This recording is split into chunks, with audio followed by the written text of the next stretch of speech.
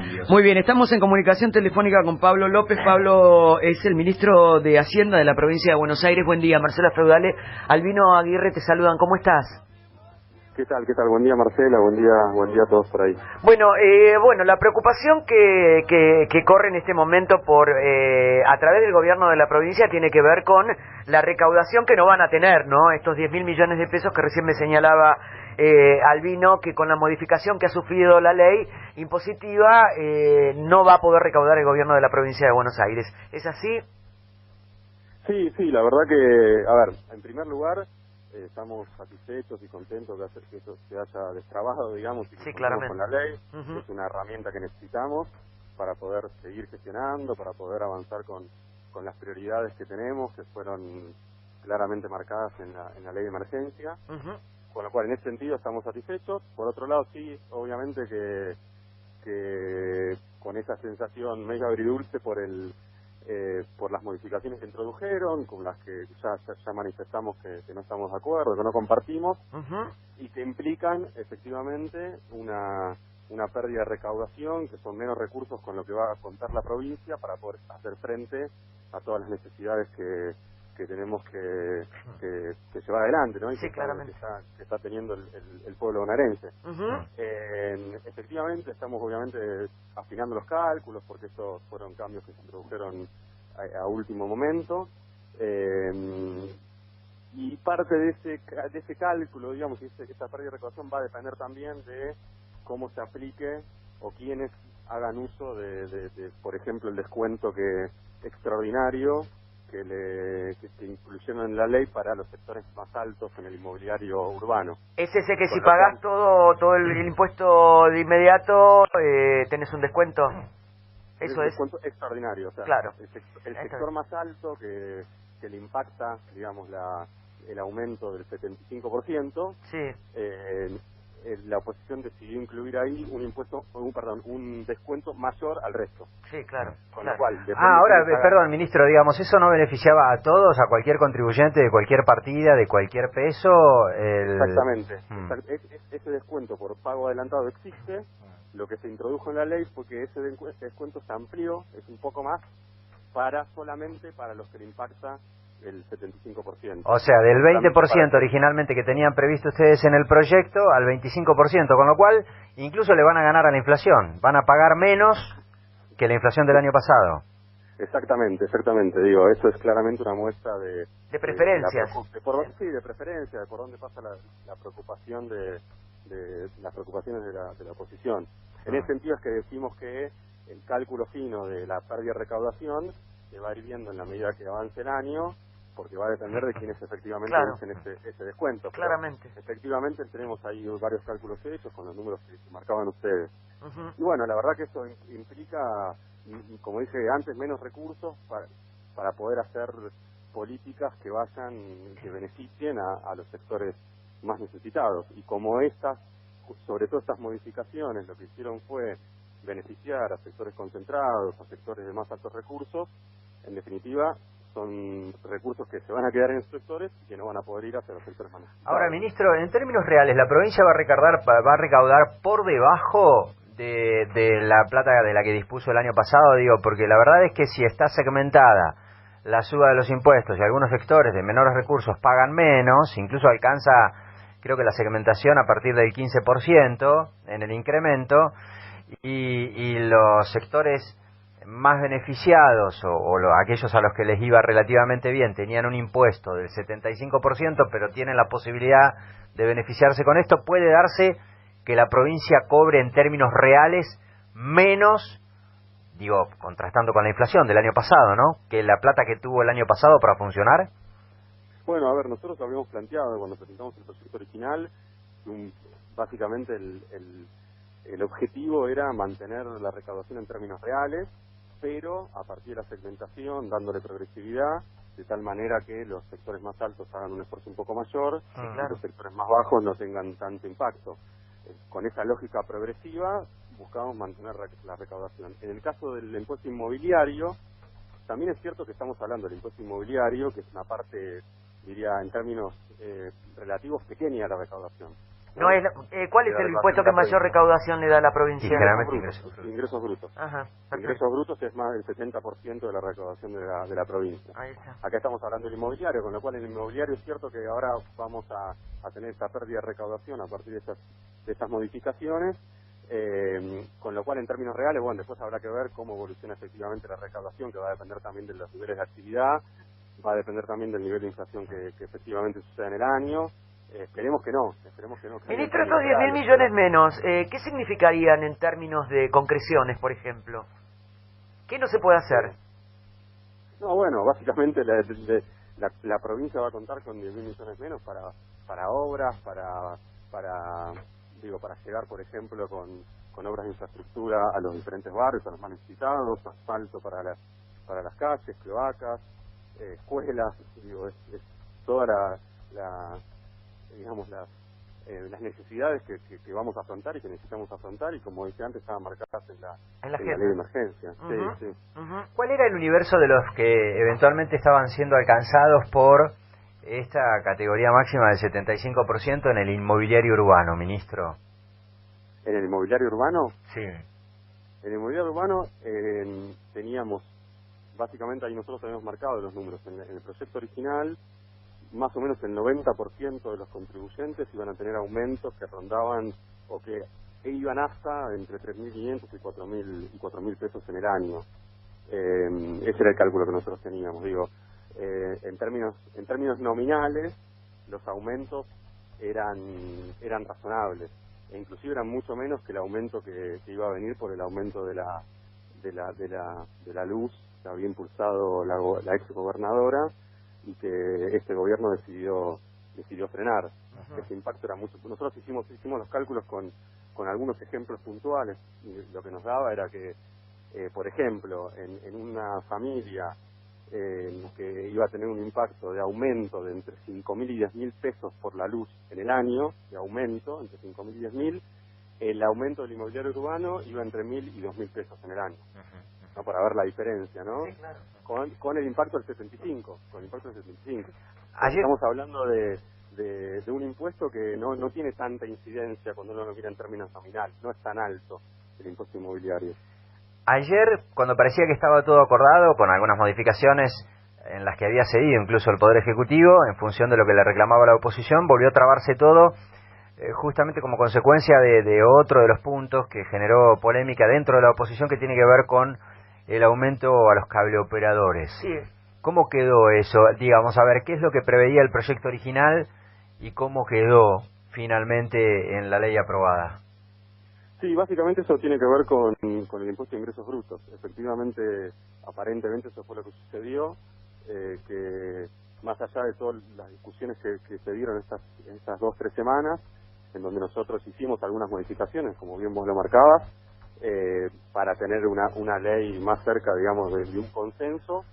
Ayer se introdujeron estas últimas modificaciones que estamos charlando, y entre ellas, y creo que fue una de las últimas que introdujeron, tiene que ver con le bajaron el impuesto de ingresos brutos a los operadores de cable, que más o menos implica un beneficio, vamos a decirlo así, respecto a la versión original del proyecto, de entre 500 y 600 millones de pesos para este sector.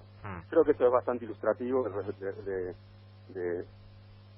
los intereses que están detrás, me parece, ¿no?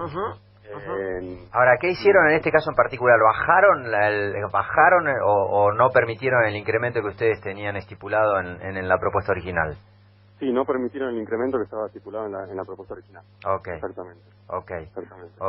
La otra Por eso pregunta... digo, me parece que es como dije recién, y también pensando en lo otro que marcábamos antes, este descuento extraordinario a los sectores más altos, creo que porque la preocupación que ellos marcaban en el discurso, digamos, cuando empezamos a discutir el proyecto, era con los sectores medios. Era la preocupación del impacto en los sectores medios, que es esto que marcabas vos respecto del inmobiliario urbano, de cuánta gente lo impactaba. Pero me parece que quedó claro que no era eso, porque efectivamente atendiendo esas preocupaciones, suponiéndolas genuinas, planteamos algunas modificaciones Pero bueno, no bastaron porque efectivamente creo que quedó claro y que ahora quedó expuesto que la preocupación pasaba por otro lado. Ahora, ¿no? yo lo que me pregunto, ¿no? Esta discusión bizantina que se hace en la provincia de Buenos Aires, y se lo comentaba recién se lo comentaba ayer a mi amigo Albino Aguirre, ¿no? Que plantea Juntos por el Cambio con respecto al impuesto inmobiliario y su costo y demás, etcétera, etcétera, cuando en la capital federal, ¿no? Sin ir más lejos, gobierno de Juntos por el Cambio, lo que se paga es tremendo comparativamente con lo que se pedía en la provincia de Buenos Aires. Albino le dieron vuelta a los ojitos cuando yo le dije lo que se paga por una propiedad en Capital Federal. Digo, o sea, es como un doble estándar, ¿no? Defiendo bueno, un lugar, ayer, pero ayer del otro lado sí, a la gente la mato. Ayer le preguntábamos a la diputada cómo explicaba el hecho de que Juntos por el Cambio haya aprobado un revalúo que significó un incremento del 900% en las partidas y esta férrea oposición por una suba del 75%. Digo, es como un doble estándar, ¿no? Porque yo hago en el territorio donde gobierno lo que me parece que tengo que hacer. Está bien que, bueno, la diferencia en la capital federal con la riqueza, etcétera, etcétera. Digo, pero es rarísimo, ¿no? Es muy raro. Sí, sin duda, coincido absolutamente. Me parece que está muy claro y quedó expuesto, incluso también en algunos municipios donde hubo aumentos de las tasas municipales, también por encima del 55% digamos que es la inflación 2019. Absolutamente, digo, comparto, me parece que inclusive en Capital Federal es tremendo.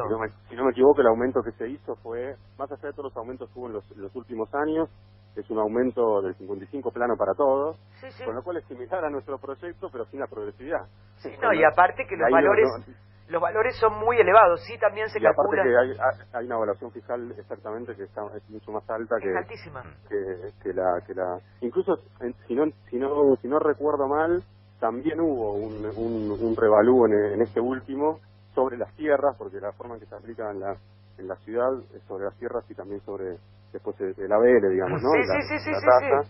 Hubo un revalúo y aparte de haber un revalúo, un aumento de un porcentaje que no se publicó, pero que figura en la cuota, ¿no?